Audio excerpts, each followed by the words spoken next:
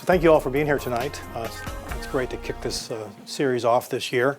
I prepared some slides that'll walk us through the comments I have to make. I'd be happy to take questions along the way.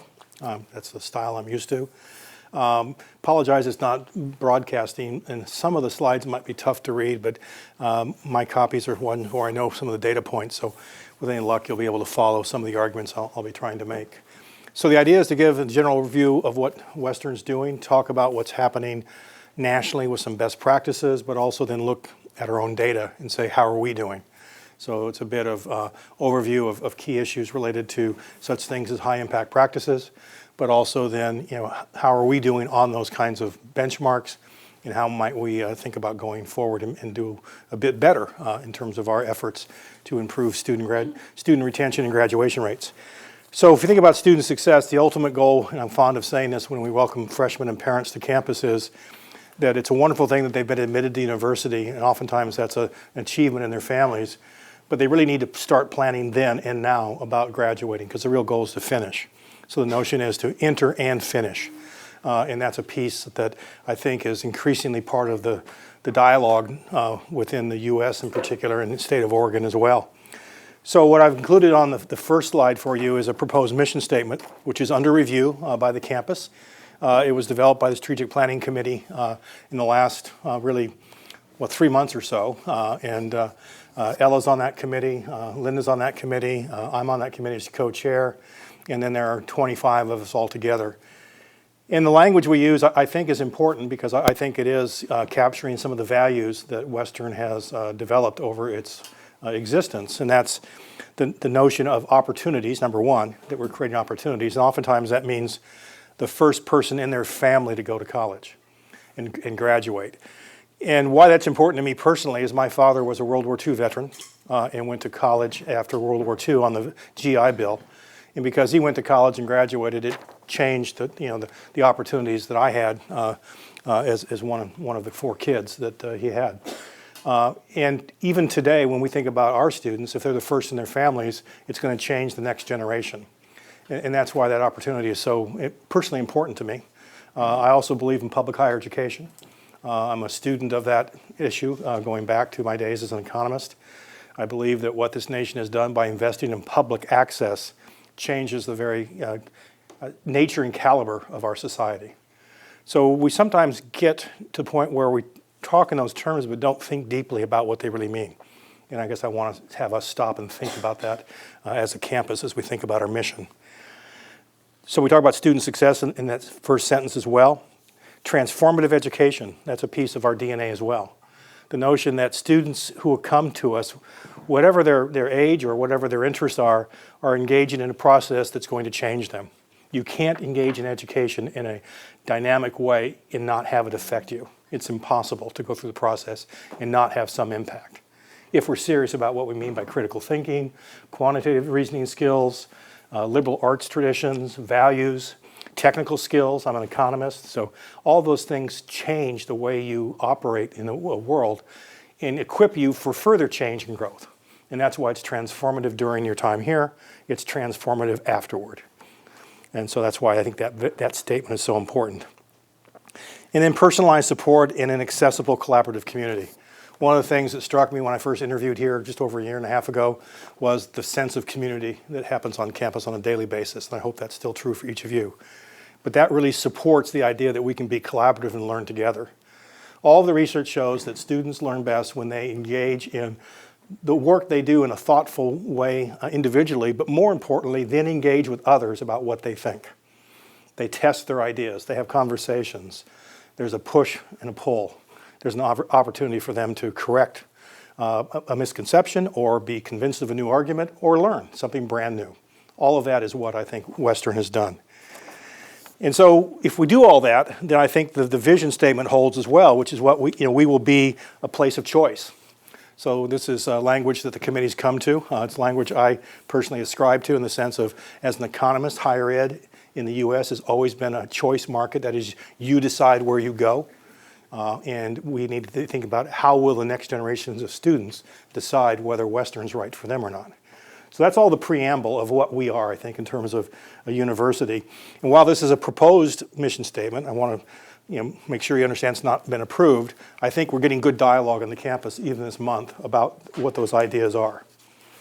And then to tie that to the next slide is a statement from the American Academy of Arts and Sciences about a liberal education. There's been a lot of debate in the U.S. about what's the value of a liberal education. I think this statement captures it for me in terms of some of the best ways of capturing those values. It's around these critical thinking skills I've talked about, these overarching values, and the ability to have a major from which you then go to the next step. And it doesn't mean you're going to work in your major. My first major was public administration, and I graduated with that degree as a BA. But even getting there, I changed my major at least 3 times officially before I chose to pursue that area. And while my original plan was to work in city government, to be a city manager, I decided my senior year on an internship that that's not what I wanted to do. Because of that foundation, I was then able to consider graduate school and pursue another path. And again, in graduate school, I thought I was going to get a master's degree. I thought I was going to go and be a research economist for either federal government or state government. And then I was nudged by one of my faculty saying, "Have you thought about the PhD program?" And I said, "Tell me more about that." And from that conversation, I was led into a doctoral program that then led me down a path that I'd never imagined. Wasn't even open to me in terms of possibilities when I was in college as a student initially. And that's what this process needs to be about for every student. And every student will find his or her pathway. They'll discover it if we're providing that foundation of support. So the next slide then talks about what our state goals are. There's been a lot of conversation in the state of Oregon about the impact higher education has on society at large. And we have a goal which has been summarized as 40-40-20. What that means is 40% of the adult population should have a four-year degree, a bachelor's degree or higher. 40% should have a 2-year degree or certificate or higher, and 20% should at least graduate from high school. So what it's really saying is no high school dropouts. It's saying get some post-secondary education, be it 2-year or 4-year, and if we do that, we'll be prepared for the sort of human capital economy that is so prevalent in today's world. The next slide then says if we did that, what would have been the economic impact? So as an economist, I couldn't resist putting this kind of data in. This was done by one of our research firms here in the state of Oregon, Eco Northwest. And what it says is this: if we had closed the educational attainment gap, and what they're really talking about is the attainment gap between whites and underrepresented minorities. And what it says is if the underrepresented minorities had the same educational attainment as the white majority, what would be the economic impact? So if we'd closed that gap in 2003, I think it is, what would be the impact on the state economy? And it's powerful. And economists do low, medium, high estimates, and that's what you see here with the red and blue bars. A little hard to read. But it says on the midpoint impact for the state of Oregon as a whole, it would be a $1.9 billion increase in gross domestic product. Nearly $2 billion per year if we simply had greater educational attainment by those who were underrepresented. The high estimates over 3.5 or nearly 3.3 billion.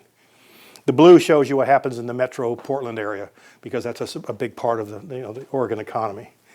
But the takeaway here is by giving people who've been, I guess, unable to access higher education, providing opportunity for them to graduate, which is what Western does, we then propel our own well-being forward in ways that are powerful and beyond initial comprehension. The next slide tells you what the sort of the tail of the tape is today. This is 2006, so this is the high school graduating class of 2006. So it's measuring after 6 years, what's the educational attainment? And so that goes to 2012. It's the last data we have available to us. And it says the white population has 24% have a bachelor's degree or higher. That's that green bar at the top on that far left column. The underrepresented minorities, that green bar is 8%. For free and reduced lunch, that's low income. So you translate that into low income, 8%.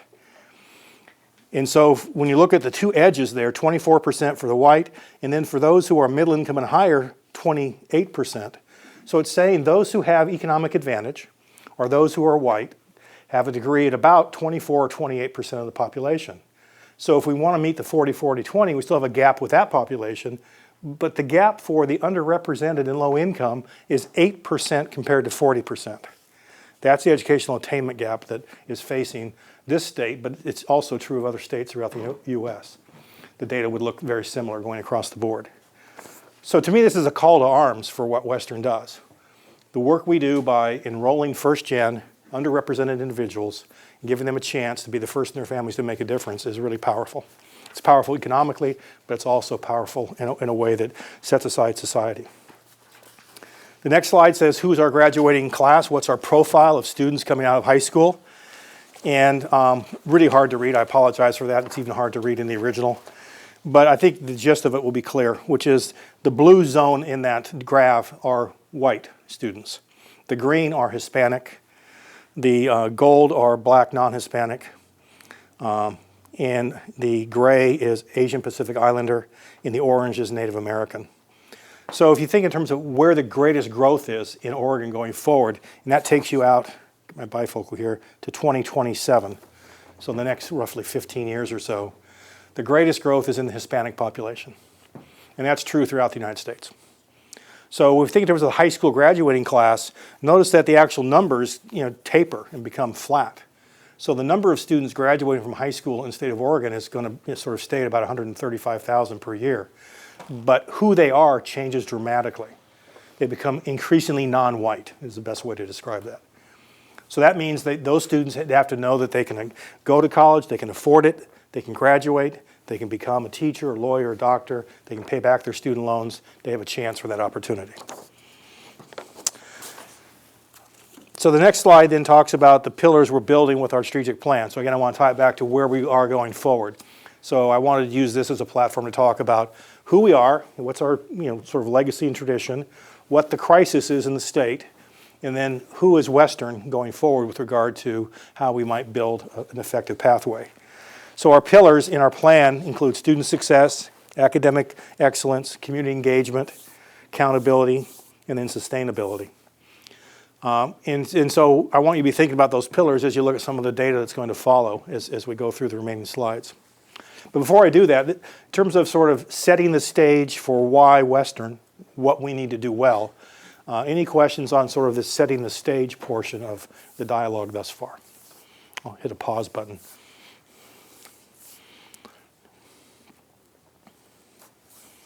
I'm just curious if you know why there's a dip in the graph around 2022. I don't know. That'd be a demography question. If we go back 18 years from 2022 to 2004, we probably have to look at were there changes in fertility or birth rates. That's during a recession, so sometimes that has an impact on people's decision to have kids. But that's the great demography question. I don't know the answer directly. But that's the beauty of this kind of stuff. Demographers can say, oh, we have this 18-year thing, let's go back and look at an event, and see whether or not there's a relationship between an event and that change in results. It's a good question. I don't know the answer. So the rather flat number of high school graduates, do you know what the other public institutions in Oregon, in their strategic planning, if they're aiming to grow enrollments, do you know what their plans are? Well, we do know that OSU Cascades was a new campus in Bend, and it's expected to be focused on liberal arts traditions. They're wanting to go from fewer than 1,000 students today to close to 5,000 students in the next 6 years or so. That assumes they can grow the buildings and also the enrollment. So they're clearly looking at a growth scenario. Mm-hmm. So you just take that piece alone and add that, so it becomes really an eighth public campus in the state of Oregon. It'll create challenges for that freshman class in the sense of what share of that group will come to Western. I presented data a year ago that showed that we had actually lost market share to Southern. That at least the last 5 years, Southern had gained some market share and Western had lost some market share. Was that in-state students or all students? Freshmen. And then all total enrollment. Mm-hmm. And then the question gets into what are the attributes of why a student chooses a campus or not. The campus itself has attributes, the community itself has attributes, and all those things come together in that choice model I referred to.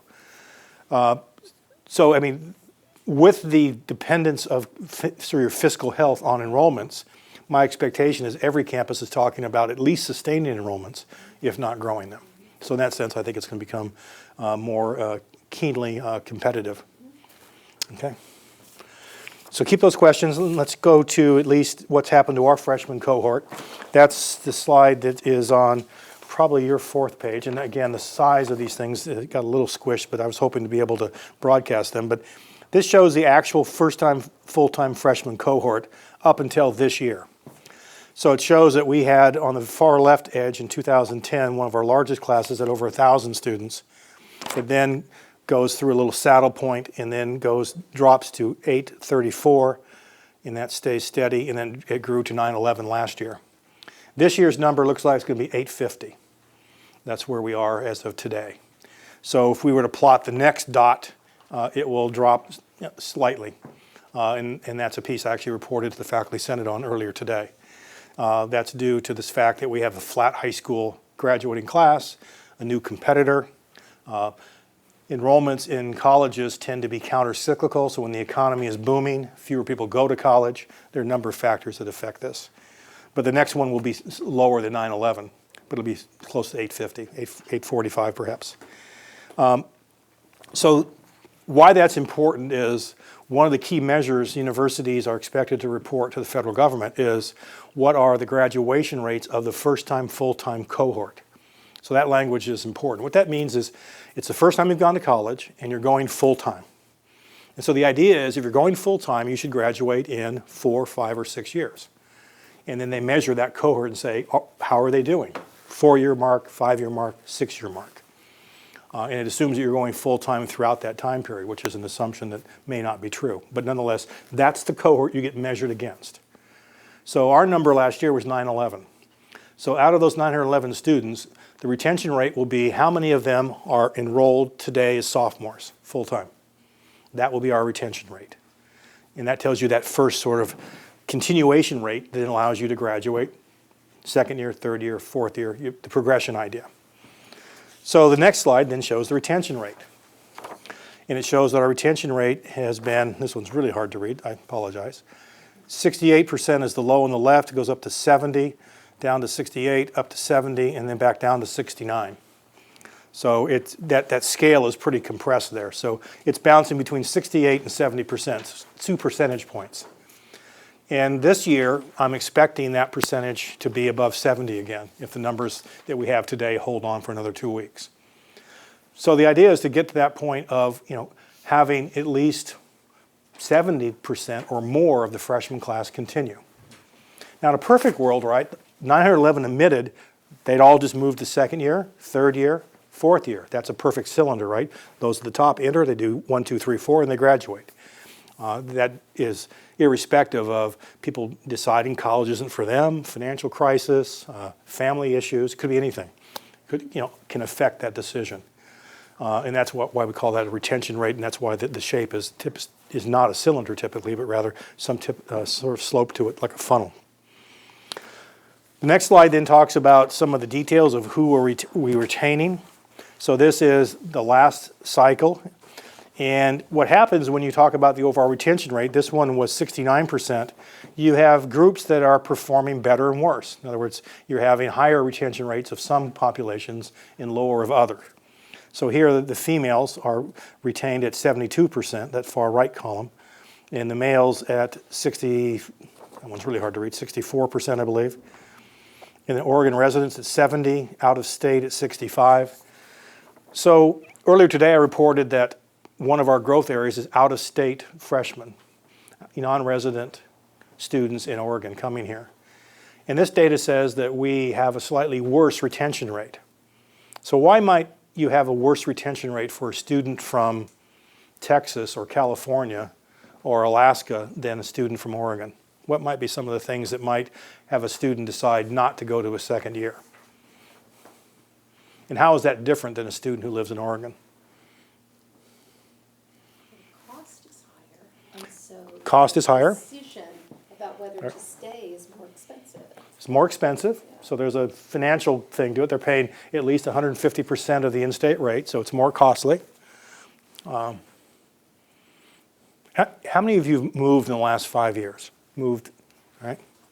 What happens when you move in terms of your I don't have any friends. networks, right? So there's a social aspect of this as well that has been proven by some of the literature that, a student who's coming from a different state or even a different nation has to have a network of support that makes them have the vision and get through the difficult days.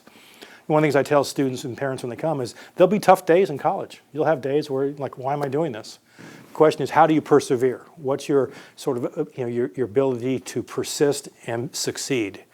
Resilience training, some of it call it. I'm thinking some of the work that's done in some of the disciplines. And so in some ways, Student grit, isn't that the word too? What? Student grit. yeah, grit. Yeah, Tough. yeah. Dust yourself off and try again, right? It's that notion of perseverance. And yet if you don't have a social network to support that, then maybe you say, okay, it really is time to take a break. So one of the things we have to be cognizant of, if we are getting fewer Oregon residents and our retention rate of non-residents is lower, what's that strategy really look like in terms of our ability to succeed financially? So that's what some of this data begins to tell us, and what I'm giving you is a perspective that I have as president about this how the system is sort of woven together with different results. You also see some results by different ethnicity. So one of the great success areas is Hispanic and Latino. 74% is our number there. A good number of those students are in our SEP program, our Student Enrichment Program. So we know if they're getting the kind of counseling and mentoring that they need as a first-generation student, we succeed very well with that population, even at a higher rate than our general population. So what does that tell me as president? What it tells me is we know what to do. We know how to make someone successful or help them be successful. We just have to have the resources to make it more broadly available. We have to be able to generalize that treatment. And that treatment is about intervention, help with difficult courses, mentoring, connectedness, building a support system that allows a student to get through those tough days when they have to have the grit that Bob just talked about. So there's some really bright numbers here in the sense of what we do well, but these are our numbers. This is looking at us through a lens of retention. The final lens would be graduation rates. And this goes back cohort by cohort. And you see that the graduation rate for the 6-year graduation rate, so how many of that first-time, full-time freshmen graduate within 6 years? That's what this is asking. And you see it's been one that has been declining recently. We're a high of 45 on the left, comes back to slightly above that in the middle at 46, and then declines to most recently 39%. And then I want you to take a look. Did I do that slide? Probably have these misordered. So if you were to go ahead up to slide 15, so it's probably on your page 8, the top of page 8. It's this, that one, the very top of that. What I did, and I probably put it in the wrong order, is that's the same data, but it shows the retention rate and the graduation rate. And it's lined up by cohort. So on the left, you see that the 2005 cohort, we retained them at 65% and they graduated at 38%. The next cohort, we retained them at 74 and they graduated at 46. And then one of the things I've been beginning to play with is, what is that pattern? What is that difference between retention rate and graduation rate? What's that structural relationship? And just a quick analysis shows that the average loss is 28 points. That's what's shown there in the middle in the black font. And then in terms of our most recent number, where we went down to 39%, we lost nearly 30 points. So we lost more than our typical loss rate. So the next question for me as a result of doing this talk is to go back and say, what's different about that cohort? Was there something we did differently as an institution that caused that change? But nonetheless, you see this structural pattern. Now, the real goal, of course, was to get those two lines to coincide, to move the red line up toward the blue line. And that's what student success efforts are all about, is closing that gap. So again, I kind of took that out of order. But that's what you see with this 6-year graduation rate. The next slide, going back in order, then shows it by different groups again and shows those same behaviors where our Hispanic rate is better than average compared to our population. So what's that tell us about us? It tells us that we have retention rates and graduation rates that have some predictability, some relationships. And then the question is, what are the treatments that we're engaging in that help students succeed? Those can be things like class size. They can be things like support for courses that are known to be high failure rate courses. Mathematics is one of those historically. They can be things about how do you succeed as a student in a college environment. The move from high school learning techniques to a university technique. Listening skills, reading skills, critical thinking skills. All of those are things where you can invest resources to help students discover what works for them. So on the bottom of page 7, we then have what's referred to as IPEDS. And IPEDS is the national data source where we identify peers. And again, this came out blurry on your hard copy, but it shows peers to the right there. So that's, we say California State University at Stanislaus is a peer. Eastern Oregon is a peer. Eastern Washington is a peer. Fort Hays in Kansas is a peer. OIT in Oregon is a peer. Oregon State is a peer. Portland State, Southern Oregon, and then the University of Oregon. So on this particular data set, we identified those as peers. Now I would argue some of those are aspirant schools, but nonetheless they're how we did this report. So one of the things going forward is I would like to have us have a set of aspirants, schools we'd like to be like, and then schools that are truly peers, and then look at the data. But we have this as a historical data point nonetheless. And what it shows, and again, I apologize for actually when this is broadcast, it looks okay. But the graduation rate shows that we're 47 versus 46. So we're the dark blue line. Our peers are the light blue.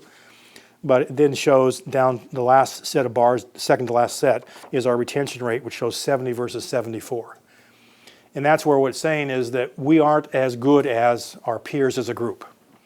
Now, I'd love to take that apart and then identify the regional comprehensives versus the large campuses, like U of O, for example, and see if that data holds. But going forward, what I'm saying is as an institution, we need to identify a set of peers, set of aspirants, and then track our results against them to say, what's our relative performance? Because that will help us look at ourselves with this notion of improvement, this notion of continuous improvement. So I've lost a page here, sorry.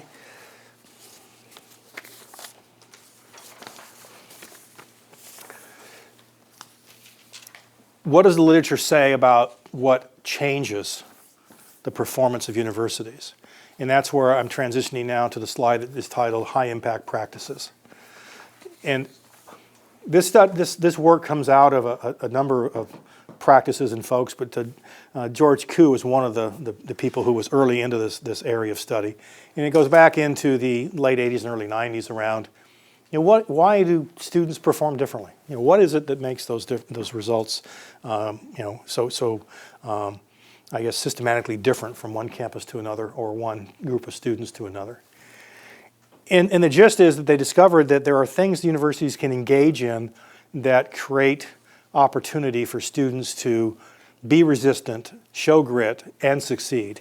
And they're listed here and not in any particular order. So high impact practices include first year seminars and first year experiences. And what those are relates to the ability to have students who form communities.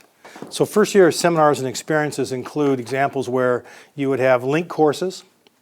You have students in residence halls who are in learning communities around common interest. There can be a residence hall that is a global village. There can be a residence hall that is thinking about sustainability. There can be a residence hall that's dealing with social justice. There can be a residence hall that is dealing with, an election year, national politics. You create a community where people are connected around topics that supersede what they might be taking individually, or in some cases, those students also then take a series of courses that are linked. So my former institution, we had a series of 3 courses. We're a quarter school at Eastern Washington as well, and we used a book called Flight Behavior by Barbara Kingsolver. And the book was used as a primary text in each of the courses that were around English literature. So the book was evaluated as a novel in and of its own right. It was viewed in a sense of science in terms of the notion of global warming, which is a main theme of the book. And it was also from a political science view around social justice and equity, because it's about a woman who's going to college and breaking away from tradition and all of the obstacles that she's facing as she attempts to better her world. And so that book was used throughout the entire academic year, and it was woven together by the faculty across 3 different academic terms. That's an example of a linked course. Another example I've seen other places is where you have team teaching, where faculty from different perspectives do that in a single term. All of those are efforts that are using first-year seminars or this common intellectual experience to further the goals of the student in terms of seeing the relevancy of why they're going to college. Writing intensive courses. Another example where students are expected to engage in higher order argument and having writing intensive courses as part of the curriculum, so that is woven throughout the curriculum from first year to senior year. So it's not simply a senior year thesis, but rather that experience is built vertically within the curriculum. Collaborative projects and assignments where you work in teams. Undergraduate research, this is something we do really well at, frankly. We have the Academic Showcase, which has gone back 20 plus years, where faculty and students work together on creative and research projects, and then we present those every May. And you'll see actually that our results show that we do better than average on that than some other universities. Diversity and global learning, the notion of we have 300 plus international students every year. And what's that connection do for us in terms of teamwork and or exposure to ideas that help us be fully engaged in the global economy. Service learning, internships, and then capstone projects. These are all the high impact practices the data shows that lead to better results, better retention, and a more engaged student throughout the process. And academic excellence also thrives with these practices as well. So how do we measure that? The next table shows what the data shows nationally. It says that if we have students who engage in these activities with these different levels of participation, that those show significant difference in reported gains between those practices and the student's self-learning. So the way to read that is that if a student is engaged in a learning community, they have a significantly more engaged learning experience than if they're not in a learning community. So it maps those high impact practices to self-reported gains by students in terms of what their experience was. So these next 2 slides are from George Ku's work, where they go back and study this and say nationally these things are tested and they matter. They develop deep relationships and deep learning by students throughout the U.S. In higher education. So getting to how we stack up against that, we are now looking at the NSSE data. And NSSE is the National Survey of Student Engagement. It is a survey that is done out of the University of Indiana, where these high impact practices have been sort of articulated and studied through a research institute. And these are the high impact practices that NSSE measures. So learning communities, courses that include community-based projects, service learning, working with a faculty member on a research project, internships, study abroad, another one that has been added, and then that capstone experience. And George Ku and his colleagues have said that institutions should aspire for all students to participate in at least 2 high impact practices over their undergraduate experience, and 1 during the first year. So one of the things that's been discovered is that these high impact practices have their greatest effect if they start from the very beginning. If we have a curriculum that includes those activities in the freshman year. And the reason that is so important is because of the community and the support network that is developed as a result of these high impact practices, and the confidence it builds in the students to persevere. So it has a multiple set of outcomes, if you will. And then George Ku goes on to say at least 2 of those should be throughout the rest of your time. And of course, the notion is the more active number you have, the more likely it is you'll see students succeed beyond their sort of peers at other institutions. So the next slide at the bottom of page 10 shows our results for Western. And on the left, you see first-year students and senior students. So this is 2014. I didn't get that on the slide, but this is our data from 2014. It's the last time we did this survey. We'll do another one this spring. And it shows that in our first year, our freshmen, that first line says, that's Wu, and we're in the blue in this case. And then it shows the one or more high impact practices. And it shows that we had 14% and our, let's see, one or more is 14% and, I'm sorry, two or more is 14% and one or more is, looks like 30 some odd percent. And if we look at the different slides below that, our peer institutions is the bars right below that. And you see that we are slightly ahead on two or more, but below on one or more. So you see that we are not quite as dense as our peers are in having some activities in that freshman year.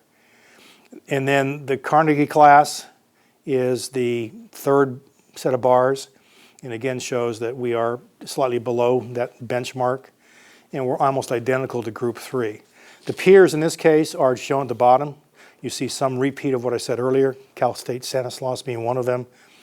You see a different set, Wisconsin Parkside is added. So again, these are all measurements against a peer group. So our freshman experience is about, average, I would say, by looking at all that data. It's very similar. And then you look at, by the senior year, what's the progression? And again, you see a set of panels to the right. And two or more is the blue, and then at least one is the gold. And you see that on the two or more, compared to our peer class, we are just staying pretty much even. And in terms of one or more, we're slightly behind. In terms of group 3, which is a subset of that group, we are about average. And so one of the things that this tells me is that many of the practices that Western is engaged in are also being engaged in by universities across the country. And again, the question is, how can we make that learning deeper here at Western to improve student success? The next slide from the same data set, 2014, shows the comparison by activity. And so earlier I said one of the things that we do at a fairly high level by the time we have our seniors working on these things is service learning projects and internships and that culminating experience. And that's the senior panel on the left hand in the blue, where you see the relative gains. So looking from top panel to the bottom panel, you can see what happens during the 4 years of that freshman to senior experience. So learning community stays about the same. Service learning grows significantly. Research with a faculty member grows really significantly as well. Internship grows, not surprisingly, because they're oftentimes in the junior and senior year. And then the participation in at least one high impact practice also grows. So internally, we're seeing the activities are designed to increase high impact practices structurally throughout the curriculum. So that's an encouragement in terms of our curriculum design. The sort of attributes, if we think about why Western, would be that relationship between faculty and students from the beginning. So one of the messages I talk about is an 18-to-1 student to faculty ratio. And that allows a student to get to know a faculty member in their freshman year. And then if they stay in that major, they may have 2, 3, 4 courses from that person over their life cycle. And as a result, by the time they graduate, you as a faculty member can write a very deep letter of reference. You know their skills and abilities. You know how to kind of motivate them because you know them as a person. And all those things become attributes that help us succeed academically, but also on that transformative journey we talked about at the outset. So again, the data shows that we have structures in place that improve high impact practices performance over time. That's a good thing. But it also shows that we're not alone in doing these practices. That's also probably reassuring. But that if we are really going to aspire to be truly distinctive and different, we might think about things like first year experience and ask, how might our general education program engage in these activities to a higher level than our distributive model that we have now, where students take courses in almost any pattern that satisfies the catalog, but not any particular designed way. And those are all things we have to talk about and have conversations about with regard to outcomes related to student success. So at this point, I want to transition to one of the scholarly books I've read recently. It's by Vince Tinto. It's called Completing College. It was written in 2012. And he's just retired from a distinguished career at Syracuse University, where he studied this notion of student success and from a point of view of an educational perspective that he's had over these decades of research, along with people like George Koo. In some of his concluding comments around how student success is maximized, start with the notion of setting high expectations. And again, this gets back to that first year experience. What are the expectations for academic success at Western? What are the faculty's sort of ground rules of what it's going to take to be successful? And in fact, what he's found is if faculty have conversations about setting those expectations and set them high enough, students will elevate to those levels. And with our help, through practice in the classroom, through additional resources, writing across the curriculum is a good example. If we have writing-intensive courses at the freshman, sophomore, junior, and senior level, students will know that effective writing is expected. As a result, they will stay the course and improve that writing over time, because the expectation is that you will perform in that sort of venue or that arena every year. If we do it once and say you've now passed that, they'll say it's not important. I therefore can sort of learn that, set it aside, and move on. That's a piece of what I think Tinto's talking about in terms of setting expectations, setting the bar at a level that is an agreed upon level by faculty through conversation about outcomes.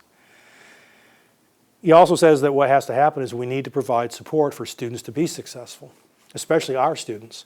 As I said earlier, many of our students are coming from either economically challenged backgrounds or the first in their families. So when they talk on breaks or whatever around college experience, many of their relatives don't have a college experience to relate to. So they're really on their own. They're really pathfinders in that respect. So we have to step in and fill that void as an institution, which is why we have the Student Enrichment Program, the TRIO program, our Writing Center, our Math Center. All of those services are meant to enable the students and empower them to be successful in ways that sort of make up for that disadvantage coming out of those backgrounds that aren't focused on colleges and experience. And so those skills typically are reading and listening, writing, and quantitative reasoning. And those are oftentimes, as a dean of business, we used to track at all the institutions where I worked prior to coming to Western Oregon. We used to track, what are the predictors of academic success in sort of courses that are downstream after you take prerequisite courses. And we found some of the critical courses for business in many cases were mathematics and quantitative reasoning. So we spent a lot of time working with the math department to create different models to deliver courses so that students would have higher success. And that's why another recommendation you'll see later from Vince Tinto is a redesign effort around what are called developmental courses. And so get to a point where students can build scaffolding based upon success. So a modular approach, for example, to quantitative reasoning rather than a course approach. So you learn modules, you learn that, and then you move to the next module. And that's just not the way universities have historically thought about courses. We think in terms of quarters or semesters and credits, and it's all one size, and you pass or fail the entire course based upon whatever the rules are. But you could have mastered 2/3 of the material and then failed the course because of really low scores in that 1/3. And then our solution historically has been to go back and take the entire course, as opposed to go back and take what's missing. And so it's that notion of thinking through competencies and learning outcomes as compared to blocks of semesters or quarters in our world of credits. And so he's challenged us to think about what are the outcomes and what will be our walk. He also talks about this notion of, earlier I said, why it may not surprise us that a student from a distant place might not be retained at as high a rate as a student who lives in Salem, more locally. And it's that notion of a social network and social support. And so Tinto finds evidence that that makes a difference. Our oldest daughter, we have 2 grown daughters who went to college and they both graduated, and our oldest one went and studied in Italy in her junior year. And she went and she was gone the entire year. Because in those, this is before internet and before a bunch of things. It's last century. But the point was that she really knew she was on her own, and she struggled mightily, but persevered. But that's this notion of social networks that you're talking about, I think. The other thing I'm really fond of is feedback. So the evidence shows that we need to provide early feedback. So some people call them early warning systems. So we have a 10-week quarter at Western Oregon University, which means in 10 weeks you're going to go from start to finish in every course. And then the question is, when do you know how you're doing? At what point do you get signals to indicate that you're progressing in a way that is meeting your expectation, your goals? And what Tinto argues is you need to design courses, this is really for faculty, provide opportunities for early feedback so that interventions can happen in a timely fashion. So in my era, it wasn't uncommon in economics, for example, to have 2 midterms and a final. And it was a semester world in my case, and it was over 16 weeks. And so you could be going along thinking you're doing great, get that first midterm and say, well, I didn't do so great, but it's only the first midterm. The second midterm comes at about 2/3 the way through. Then you have the final. With that little feedback, it really was one where you had very little opportunity to go back and repair any area where you were struggling. I think that's less common today, and I think what I'm saying to our faculty is build in systems that give feedback on a regular basis, quizzes, writing assignments, projects, things that give feedback so students can self-correct and seek the help they need to meet their goals. And Tinto is arguing that this is actually true nationally as well. And then there's a quote I like on the next page from this same source. If we hope to make significant gains in retention and graduation, institutions must focus on the classroom experience and student success, and align classes one to another in ways that provide students a coherent pathway that propels them to completion.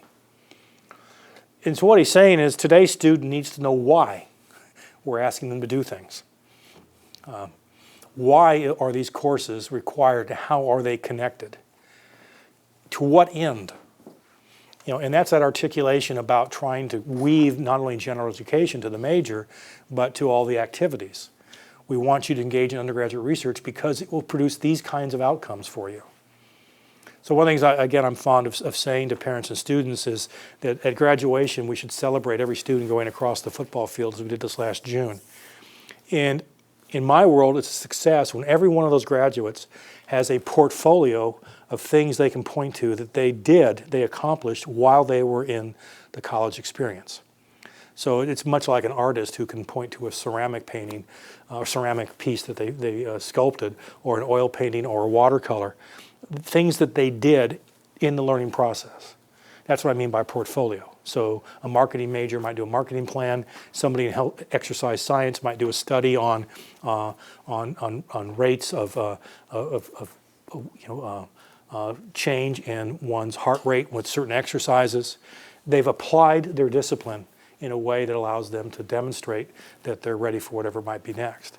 And if we do that, if we have that as an expectation, our students along the way will be more likely to succeed because they'll have relationships with faculty and they'll have a deeper learning experience and be prepared for whatever's next, be that graduate school or a professional career or a job that leads to then a change in one's direction. As I described earlier with my thinking, I wanted to be a city manager until I did that final internship and just said, I really don't think that's my passion. It's not what I want to do. And so Tinto, I think, captures that with that. And that's why he says we must invest in assessment and course redesign. We must ask tough questions about what are students learning from our programs, and are those the intentional outcomes we expected? And if not, how do we then think about it systematically? Course redesign I've talked about with regard to things like developmental courses, thinking about modular approaches in some cases. The other thing we need to think about is who's teaching our first year courses. How do we make course assignments about who the faculty are teaching those? And we should have our best faculty engaged in the first year alongside faculty who might be new. And so faculty are mentoring one another as well. You're creating a learning community of faculty. So universities are really good at retention. Faculty are talking about what works. So when they're having coffee in the lounge or having lunch or at a social event, they're talking about things that they tried that worked and didn't work, and they're sharing expertise across boundaries and said, I did a project in my class last quarter. It just didn't work well. Let me tell you about it. Or I had one that worked really well, let me tell you about that. And then from that sort of failure and success, we gain expertise and knowledge about how we transfer this going forward. So again, we've talked about first year experiences and learning communities. And then finally, another quote I liked was that studies show, and this is the quote, academically underprepared students in learning communities were significantly more engaged than were similar students on their other campuses. So this gets back to this high impact practices. And Tinto finds evidence that all of these things are things that propel students toward student success. And so the complete title of his book, as you can see in that footnote, is Rethinking Institutional Action. So his real call is, what can institutions do in a purposeful way to generate student success? That's his real purpose in writing this book. And what he says is you can do these following things. You should establish a cross-functional team of faculty, staff, and administrations whose task it is to oversee planning and action for student success. Right? So is there a single task force at Western who gets together on a regular basis and asks the question, what are our strategies and actions related to student success? I think we have a lot of different groups thinking about it, but we don't have the single place where those ideas can be vetted and tested and challenged. He also then says that you need to assess the student experience and analyze patterns. There's a typo there, starts patterns, not patterns, of student progression through the institution. So what he's saying is you need to look at where are the bottlenecks and where are the failure points in the system. So in my previous role as a dean of business, I knew that one of the tripping points was the first accounting course. And so we had to decide, first of all, is that course an introduction to the major, or is it accounting for all business majors? What's its purpose, first of all? And then secondly, once we had its purpose to provide accounting knowledge for all business majors, not just accountants, we then had to go in and say, what are the resources we need to have our students be successful in that venue? And that meant we had peer tutors. We hired students who were good at it, who had survived the course a couple quarters ago, and actually some of them weren't accounting majors, but they had experience in how to persevere. So peers teaching students, peer learning.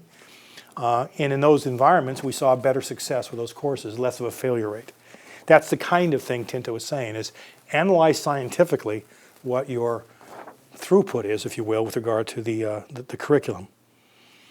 Invest long-term program assessment. Change the way we approach developmental education. I've talked about that briefly. Align the support for those key first-year courses. And what that really means is help students know what are the resources available to them on campus for their first year and beyond, so that they know what resources are available as they move from one year to the next. So are they getting together, for example, in our library and working in teams to solve problems together?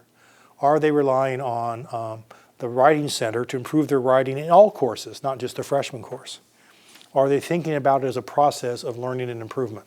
Those are things that Tinto would say are healthy sort of habits. For early warning systems, I've talked about for key courses. That learning community experience, the high impact practice. He believes that that's critical for those freshman students in particular. And then advising for all students. At many institutions, if you don't have a major, you don't get advised. And I don't think we have that issue here, but the question is, as you change majors, what's the handoff? What's the relationship between moving from one major to the next? What's the diagnostic of making that change?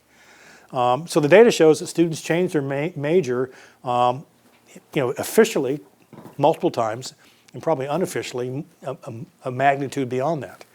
And that was true for my generation, it's true for this generation, because they're exploring, we want them to explore. But do we have an advising system that then does a handoff so that they know how the courses then track into that new major? Some what-if analysis. If I change from economics to teacher education, what's that pathway look like? Or vice versa. That's what Tinto was talking about. He also talks about investing in faculty development, and especially those who are early in the curriculum. So what I find encouraging by that as both a former provost but as a president is we need to be thinking about learning as a as a discipline unto itself in many respects. What I mean by that is we need to know as much about what student progression is systematically and scientifically as we do our own disciplines. So as an economist, I still get excited when I get to teach different aspects of that discipline. But I should be equally excited as a faculty member to know what are the elements that then generate student success for our students. It should be, in that sense, part of our daily conversation and part of our responsibility going forward. So the final piece, and this is data from the Gallup poll, and the Gallup poll does great jobs, great lives, and this is the 2015 results. In 2016 mirror these as well. But what it did is survey about 30,000 U.S. graduates of four-year institutions and said, for those individuals who found college to be worthwhile, so it said, if you found college to be something that you would do again, essentially, why would you do it? What are the factors that led you to believe and have a good experience? Graduates were more likely to have a good college experience, 1.9 times higher, if a professor or staff member cared. 1.9 times higher if a mentor encouraged them. And the mentor can be a staff member, it could be a community member, it could be a faculty member. 1.8 times higher if a professor made them excited about learning. There's that passion piece of why we chose to work in this arena. It's a calling. 1.6 times higher if they worked on a long-term project.